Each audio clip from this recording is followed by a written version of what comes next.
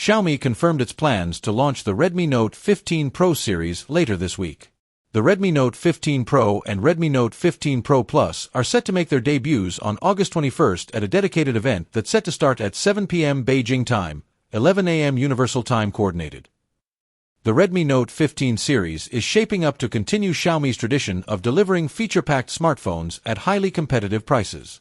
Expected to include models like the Redmi Note 15, Note 15 Pro, and Note 15 Pro Plus, the lineup will likely focus on offering a balance between performance, design, and affordability. Rumors suggest that the series could feature AMOLED displays with up to 120 Hz refresh rates, ensuring smooth visuals and vibrant colors. Powering these devices, Xiaomi may equip them with the latest MediaTek Dimensity or Snapdragon processors, paired with generous RAM and storage options to handle both gaming and everyday multitasking with ease.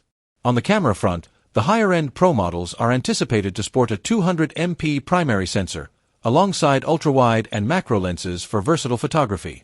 Battery life is also expected to be impressive, with large 5,000 to 6,000 mAh cells supported by fast charging technology, ensuring long-lasting use with minimal downtime.